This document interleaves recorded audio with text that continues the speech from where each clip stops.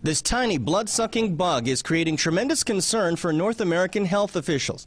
It carries a disease called chagas, an infection that has no known cure and is ravaging poor communities. Because the illness is hard to detect and has a long incubation period, doctors have called it the new AIDS of the Americas. Chaga positivo.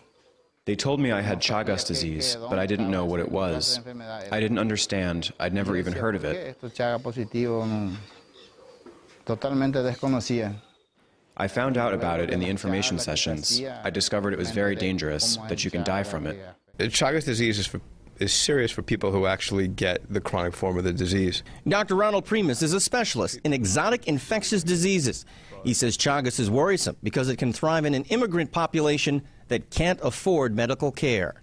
The chance of getting bit by these particular bugs is actually quite low, but it does not get spread person to person. However, health officials in the United States are concerned because the thing is, if it does get into the blood supply or into organ supply, you can transmit chagas to other individuals.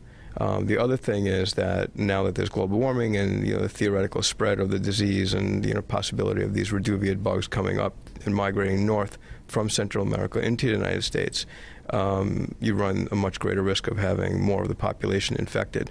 Right now, more than 8 million people are infected with chagas worldwide, mostly in Latin American countries that include Bolivia, Mexico, and Colombia.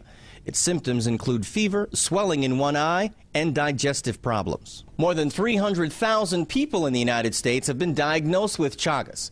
It's a disease that produces parasites in the bloodstream, parasites that can make their way to the human heart and cause heart failure.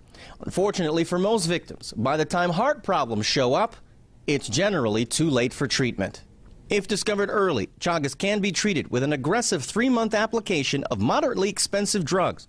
But some feel because the disease only affects the poor, there is little incentive for drug companies to find alternative treatments or even a cure.